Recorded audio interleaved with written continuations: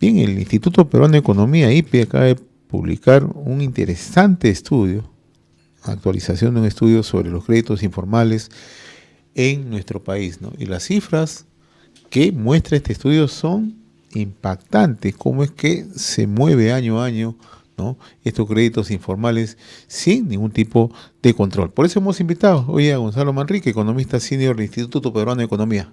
Qué gusto saludarte, Gonzalo, ¿cómo estás? Muy amable. ¿Qué tal? Buenos días.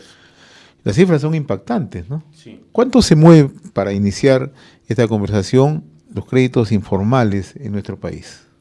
Bueno, nosotros con este estudio hemos estimado que en el último año los créditos informales movieron alrededor de 1.780 millones de soles, que es 30% más, por ejemplo, de lo que mueven las cajas rurales en créditos de consumo y a microempresas. Ahora, ¿y cuánto significa el número de hogares, más o menos, este movimiento que registran los peruanos por créditos informales? Sí, serían más o menos 605.000 hogares que han solicitado un crédito en el último año. Es más o menos lo mismo que el mismo dato que sacamos hace un par de años. Parece que el número no se ha movido. Lo que sí hemos visto es que dentro de esta demanda de créditos informales hay un incremento por los préstamos de pago diario, los conocidos como el préstamo gota a gota, en que cada día tú vas pagando un poquito del préstamo que has depositado. Entonces, eso sí se ha incrementado. Eso se ha incrementado. Esa es una modalidad, además, bien perniciosa, ¿no? Sí, está generalmente asociada con créditos más riesgosos, digamos, incluso con mayor violencia e inseguridad.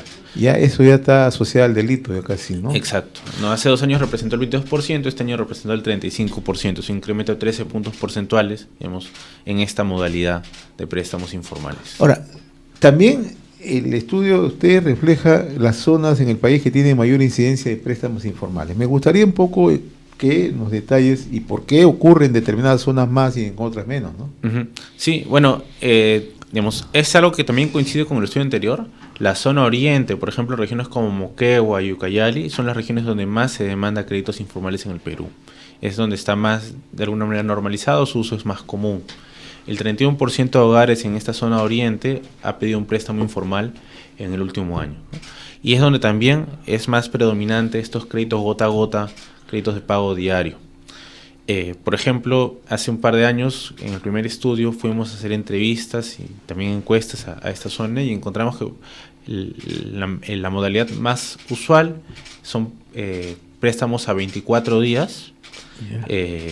Por ejemplo, te prestan 100 soles y tú cada día pagas 5 soles diarios. Entonces, a los 24 días has pagado 120 soles, que parece poco, digamos, parece una tasa de 20% de interés, dirían algunos, pero si tú anualizas esto, al final terminas pagando un interés de 1.400%.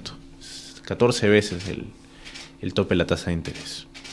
Ahora, ¿cuánto puede alcanzar en este mercado negro, en este mercado informal, la tasa de interés? La tasa de interés, como te digo, puede alcanzar tasas muy altas. Por ejemplo, en este caso específico que te digo, pagas 5 soles diarios en 24 días, es 1.400 de interés anualizado. Y en general lo que nosotros encontramos es que la mitad de los prestatarios paga una tasa mayor a 500%. Ahora, interesante lo que tú nos dices, ¿no? O sea, ellos miden el mes en 24 días. Uh-huh, sí.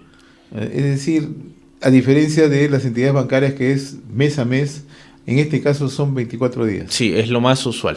Exacto, es lo más usual. Porque es una forma, digamos, que para ellos es fácil de dividir, digamos, con las personas. O sea, porque como te digo, te prestan 100 soles, tú sabes que cada día pagas 5 soles. Entonces es fácil, pero digamos, a la larga, el pago de interés es muchísimo, muchísimo más alto que lo que tú tendrías en el sistema financiero formal.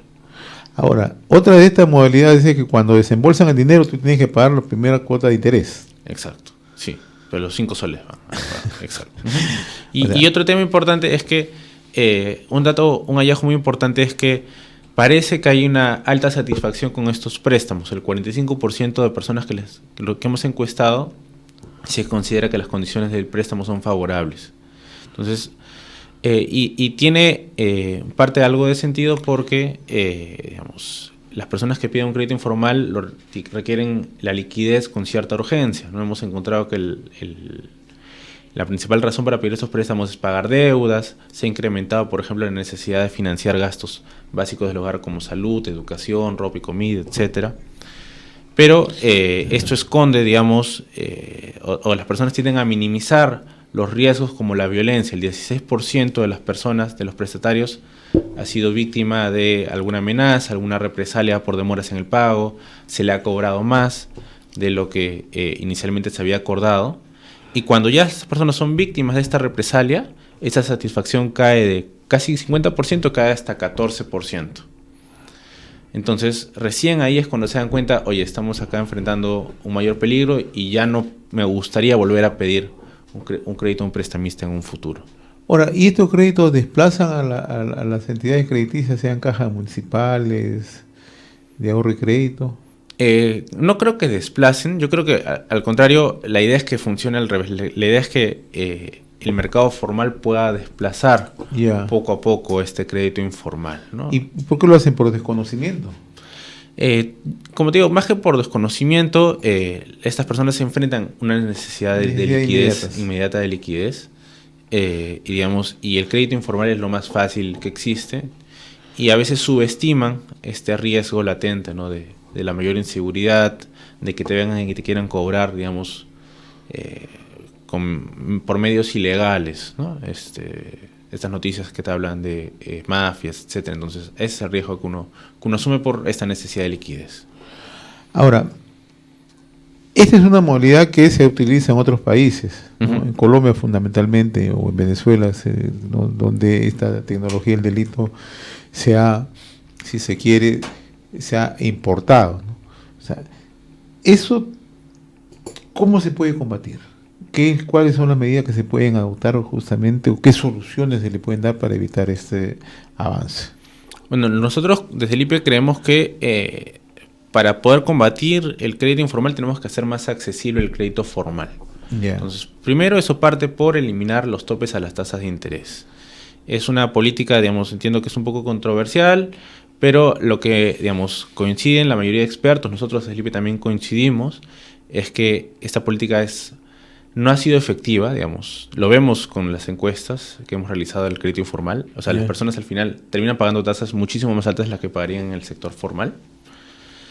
Y al contrario, está desplazando gente, evita que gente pueda beneficiarse de la formalidad. Según un estudio del BCR de mayo de este año, 200.000 personas, por ejemplo, tuvieron que salir que ya estaban dentro del sistema financiero formal, tuvieron que salir debido a los topes a las tasas de interés. Y además, 300.000 personas no pudieron ingresar al sistema financiero formal, digamos, debido justamente a esta barrera que hay actualmente. Ahora, muchas de estas personas no acceden porque son informales. Sí, pero podrían haber accedido, digamos, si es que hubieran estos topes. Exacto, ese es el estimado del BCR. Entonces, nosotros también, justo ese es otro buen punto que tú dices.